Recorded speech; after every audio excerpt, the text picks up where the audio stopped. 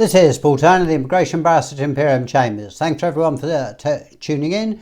And yes, I have bought a new microphone, so hopefully the sound quality is better now. However, it's bad news if you're an overstayer or you don't have leave, as the Home Office has started to ramp up enforcement action and deportation.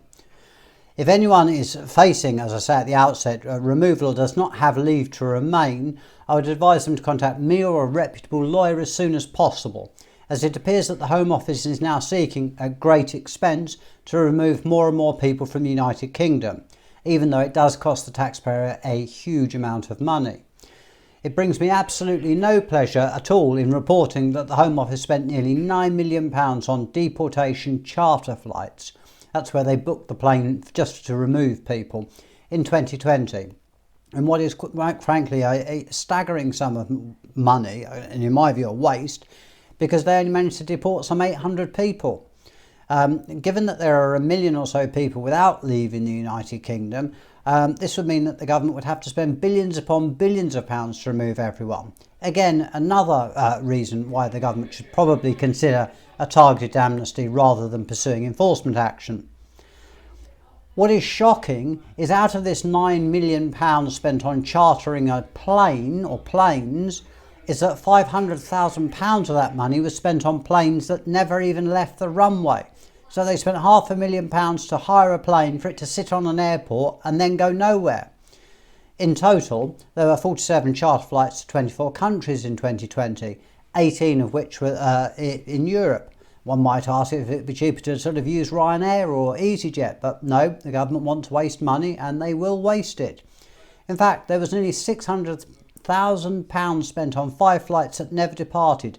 2 were to Spain, not a difficult country one would think to send people to, 2 to Pakistan and 1 to Somalia. You can understand perhaps the flight's not going to Somalia. This was presumably because legal challenges were put in for the people who were due to be removed on the flights, and it's an enormous waste of money which could have been completely avoided had the Home Office followed the proper procedures in the first place, because then they would have been able to remove the people. Some of the flights, this has to be said, to European countries included people who were being deported because of criminal convictions, and one can't condone the government from getting rid of foreign national prisoners.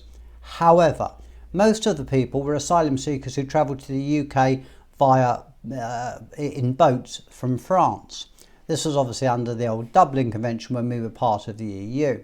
They were removed back to European countries which they had passed through on the way to the UK as part of an EU-wide agreement, the Dublin Agreement. In one of the only good things to come out of Brexit, this arrangement has now ended, and the UK has not reached a new agreement with any European countries to return small boat arrivals there. It's not surprising they don't want to help us, given the fact that we've told them we don't want to be part of them. That the Home Office is spending so much public money on removing so few people is shameful and quite humiliating, and is an embarrassing revelation yet again for Priti Patel and the Home Office. The Home Office, of course, has made no apology for spending so much money and boasts about how many people it has deported or removed. They've also, again unsurprisingly, made a swipe at lawyers for standing up for people who are going to be removed. What is clear is that the Home Office is at war with migrants and lawyers who are trying to represent migrants, and often loses when matters go to court.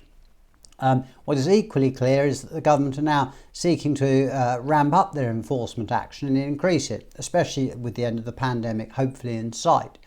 So if you are in a state where your immigration status is not settled, you ought to get advice and see if there is a viable application you can make as soon as possible, rather than waiting for the knock at the door.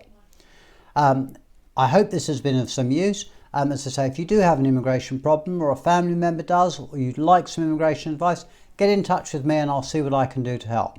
Thank you very much for watching. I hope the sound quality was better. Please stay safe during these difficult times. This is Paul Turner, the Immigration Barrister at Imperium Chambers.